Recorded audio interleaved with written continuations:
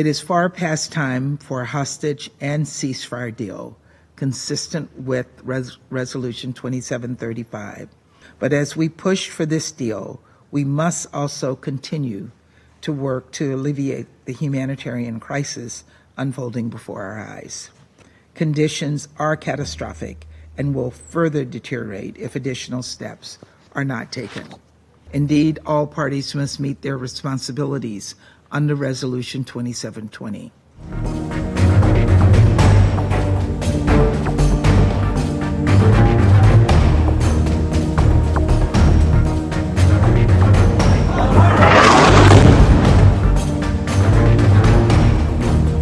Colleagues, this Monday marked 1 year since Hamas's horrific terror attack in Israel, murdering 1,200 innocent people, taking 200 individuals hostage, leaving their families clinging to hope, and setting into motion this horrific situation.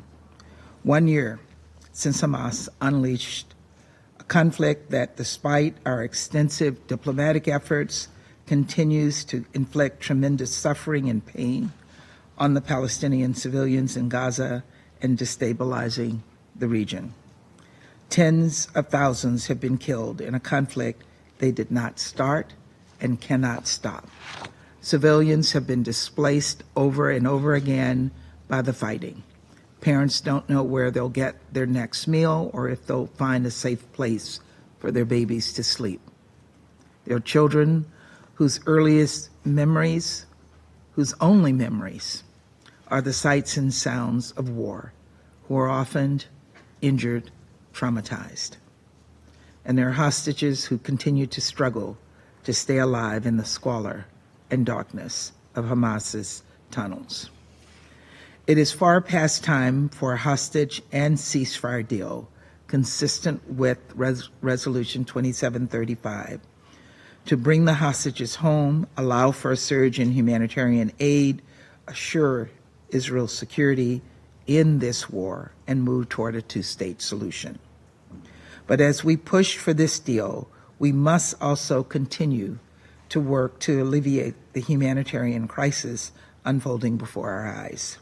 Because let's be clear, conditions are catastrophic and will further deteriorate if additional steps are not taken. Indeed, all parties must meet their responsibilities under Resolution 2720. The flow of humanitarian aid through multiple border crossings to Palestinian civilians is desperately needed and must be allowed. To that end, we welcome the Council's extension of Senior Coordinator Cogg's reporting mandate. This will help ensure we have accurate, unfiltered information, including information about obstacles to aid deliveries. As Senior Coordinator Cogg spoke to just the other week, UN and humanitarian personnel are pursuing life-saving work. Through their efforts, we have seen some progress, most notably with the polio vaccination campaign carried out with the help of the WHO, UNICEF, and UNRWA. This was a textbook example of what the UN can accomplish when it has willing partners on the ground. We need and expect the same level of coordination to extend to other urgent humanitarian efforts, including efforts to provide displaced Palestinian civilians with food, water, and resources they need to cope with the coming winter. And so the United States is concerned by the situation in northern Gaza, including the announcement by Israel of a new evacuation order for several communities. We're particularly concerned that Palestinian civilians have nowhere safe to go. Already there are devastating reports of the squalid conditions in the humanitarian zone in southern and central Gaza, where more than 1.5 million displaced civilians have fled. These catastrophic conditions were predicted months ago, and yet have still not been addressed. That must change, and now. We call on Israel to take urgent steps to do so. And I reiterate the United States' expectation that Palestinian civilians, including those evacuated from the north, be permitted to return to their communities and rebuild. Consistent with Resolution 2735, there must be no demographic or territorial change in the Gaza Strip, including any actions that reduce the territory of Gaza. Colleagues, we are also concerned by recent action by the Israeli government to limit the delivery of goods into Gaza. When combined with new bureaucratic limits placed on humanitarian goods arriving from Jordan and the closure of most border crossings in recent weeks, these restrictions would only have the effect of intensifying suffering in Gaza. We need to see fewer barriers to the delivery of aid, not more of them.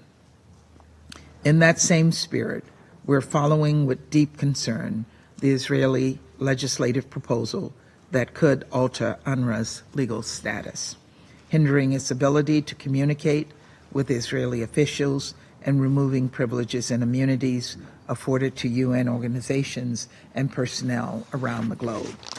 This legislative proposal reflects the significant distrust between Israel and UNRWA. Israel has alleged, and the UN in some cases has confirmed, that a small percentage of UNRWA employees have ties to Hamas and other terrorist groups. Israel has also conveyed concerns about Hamas misusing UNRWA facilities, and the United States shares these concerns. At the same time, we know that UN personnel, including from UNRWA, are vital to the humanitarian response in Gaza and face tremendous danger while performing their work. And so Israel needs to provide UNRWA additional information regarding these allegations, and UNRWA needs to have a process to address these concerns seriously and urgently and make faster progress on the much-needed reforms outlined in the Kelowna report. Simply put, it is in no one's interest for the neutrality of UNRWA personnel to remain in doubt. Colleague, the challenges we've faced implementing Resolution 2720 and other related humanitarian resolutions reflect a simple reality. Security Council meetings and resolutions alone will not end the suffering, but the Council can and must continue to support efforts on the ground by UN agencies and other humanitarian organizations, and we can and must continue to pressure Hamas to accept the deal on the table. This must be our charge. Thank you, Madam President.